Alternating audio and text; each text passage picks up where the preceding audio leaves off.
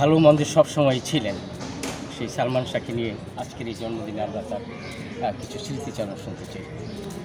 আমার কথা হচ্ছে যে Salman Shah one of the part of my heart, he was one of the part of my heart, তাই না?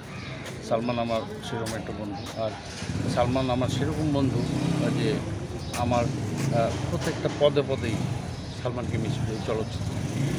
আমার সেই হিসেবে একটা কথা আছে যে তুই নিয়ে আছে, তাই আমার সমস্ত আনন্দে অপূর্ণ থেকে যায়। তো যাই হোক, আমি একার পক্ষে তো সালমানের এই জন্মদিনের একটা অনুষ্ঠান করতে পারি কিংবা পারবো না, এটা সমষ্টিগতভাবে সম্মিলিত একটা ব্যাপার চলচ্চিত্রে। যদি চলচ্চিত্রের লোকজন সবাই একত্রিত হয়ে আমাদের সেই অমর সালমান শাহর যদি জন্মদিন উদযাপিত করতো, তাহলে আমি খুশি হতাম, সালমান ভক্তরা খুশি হতো।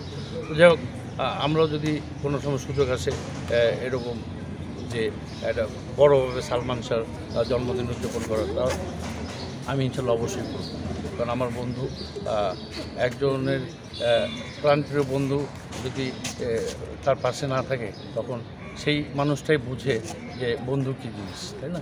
তো যাই হোক, আমার বন্ধু সারা বাংলাদেশ, সারা পৃথিবীর বাঙালি জাতির কাছে অমর হয়ে থাকুক, আমি ওর জন্মদিনে এই দোয়াই করি। আর সালমান যেখানে থাকুক, আল্লাহ পাক ওনাকে ভালো রাখুন। ধন্যবাদ। আমরা একটু জানতে চাই যে আসলে সালমান ভাইয়ের সাথে আপনার বন্ধুত্বটা কেমন ছিল? এই 25 বছর ধরে, 30 বছর ধরে একই কথাই বলে আসছি, কীরকম বন্ধুত্ব ছিল। আমি দুটি কথাই বলে দিলাম একটু আগে, তুই নিয়ে আছ, তাই আমার সমস্ত আনন্দই অপূর্ণ থেকে যায়। সালমান আমার সেরকম একটা বন্ধু। সালমান নাই বিধায় আমার চলচ্চিত্রে মনে করেন কোনো কিছু পূর্ণতা পায় না, সব অপূর্ণ থেকে যায়। কারণ আমরা এমনভাবে জুটেছিলাম যে হিরো ভিলেন, তাই না? একটা সমাজে সমাদৃত, জনগণের কাছে সমাদৃত, বাংলা ছবি যারা দেখে ভিউয়ার্সদের কাছে সমাদৃত আমরা।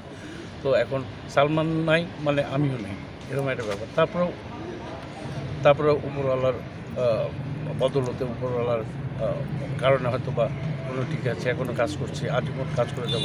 তো সালমানের জায়গায় থাকবে, সালমান আমার হৃদয়ের মণিকোঠায় থাকবে সারাদিন।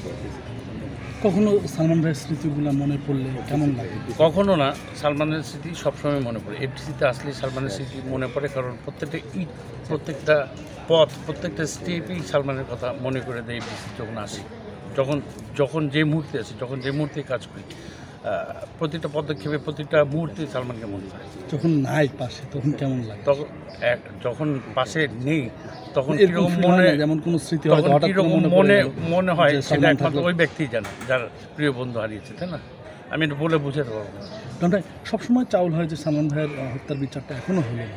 আপনি বন্ধু হিসাবে আমিও চাই সালমান শাহর হত্যার বিচার হোক, সুষ্ঠুভাবে হোক, সুষ্ঠু সমাধান হোক, সুষ্ঠু জাতি জানুক কীভাবে সালমানের প্রবলেমটা হয়েছে, কীভাবে সালমানের অ্যাক্সিডেন্টটা হয়েছে, তাই না?